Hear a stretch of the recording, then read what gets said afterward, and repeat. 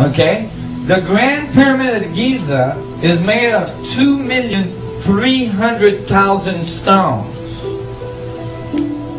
2,300,000 stones. It stands at 481 feet of altitude.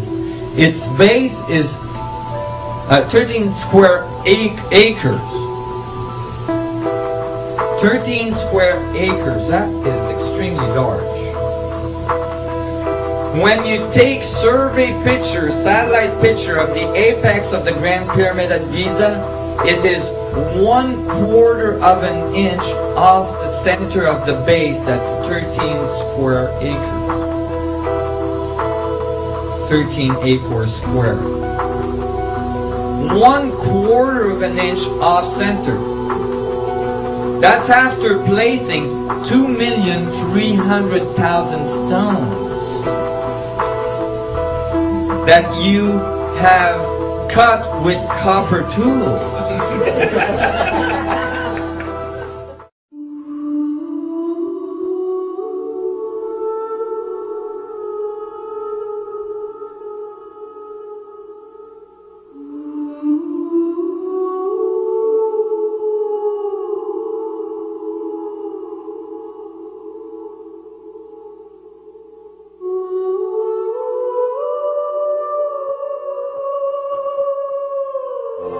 If the universe is expanding, then in the past it was smaller. Ultimately, in the distant past, it was infinitely small, a primeval atom or cosmic egg. In his book, The Creation, Dr. Atkins struggles mightily to explain how the universe could come into existence uncaused out of nothing. But in the end, he finds himself trapped in self-contradiction. He states, now we go back in time beyond the moment of creation to when there was no time and to where there was no space.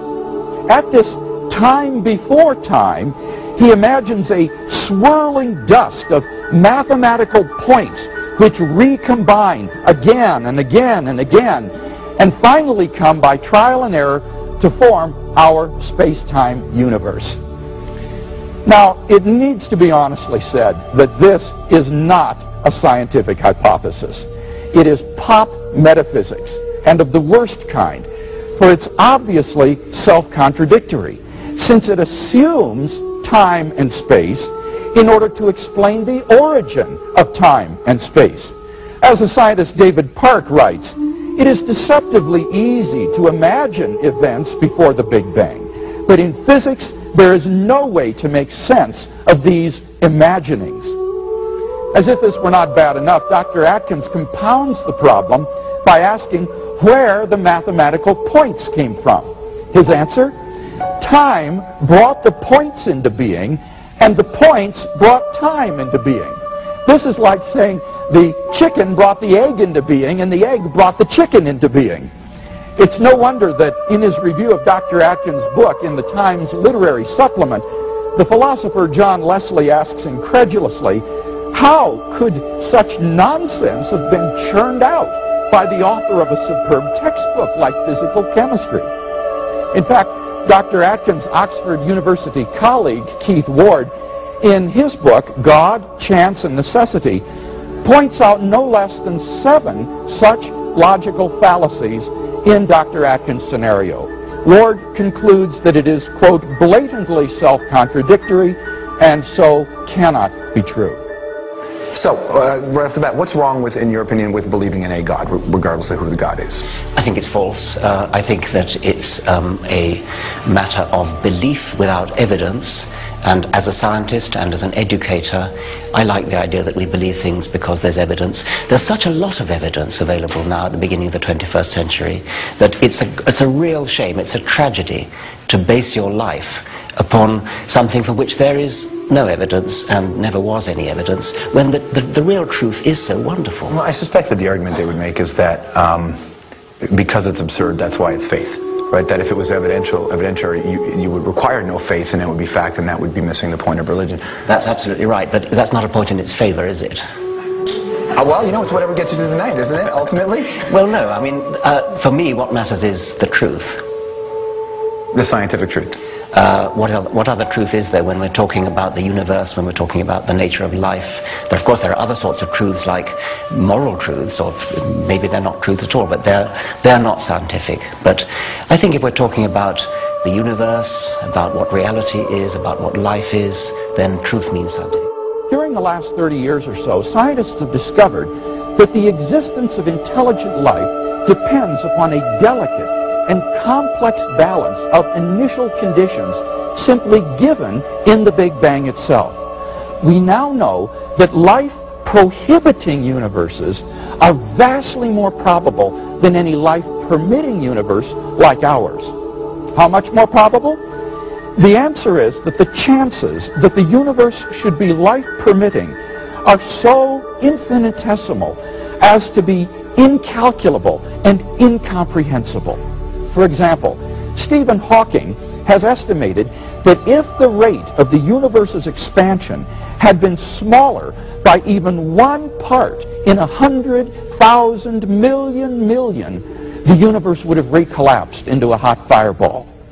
Brandon Carter has calculated that the odds against the initial conditions being suitable for later star formation, without which planets could not exist, is 1 followed by 1,000 billion zeros, at least. PCW Davies estimates that a change in the strength of gravity or of the weak force by only 1 part in 10 to the 100th power would have prevented a life-permitting universe.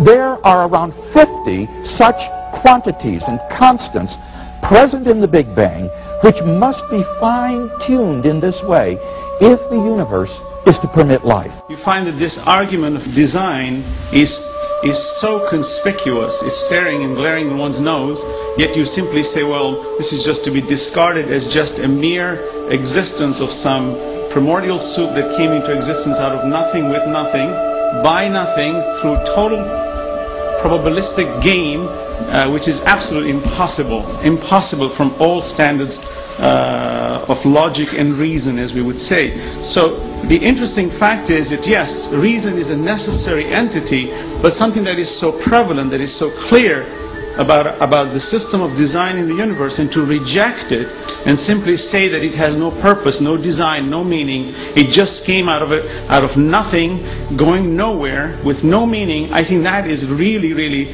stretching the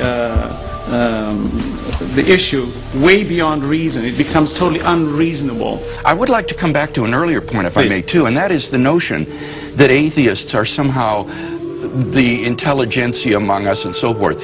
I think this is just completely false. The spate of new books published by the new atheists like Harris and Hitchens and Dawkins and so forth are not sophisticated books intellectually. These are, for the most part, angry, bitter diatribes against religion. And while someone like Dawkins may be a good scientist in his field, when he begins to talk about philosophy and theology, he is merely a layman.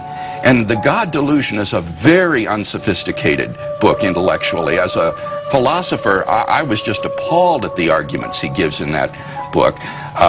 It is an embarrassment, really, I think. Well, I can agree, and I suspect Michael may as well. That I think you would too. If you look at the reviews, this man is respected in his field. Yes. But this book, if you look at the reviews, they're quite damning. I used to work with Chris Hitchens. He's a bright guy. He's a fun guy. This is not a profound book. It's a fun book in many ways. So I think most people would agree that the three you mentioned in particular, Dawkins, Harris, and Hitchens, what they've written is not first-class scholarship. This has been pointed out by Frank Tipler and John Barrow in their book, The Anthropic Cosmological Principle. They list 10 steps in the evolution of Homo sapiens, each of which is so improbable that before it would have occurred by chance alone, the sun would have ceased to be a main sequence star and incinerated the Earth. They estimate the evolution of the human genome, the odds of this are somewhere between 4 to the negative 180th power to the 110,000th power, and 4 to the negative 360th power to the 110,000th power.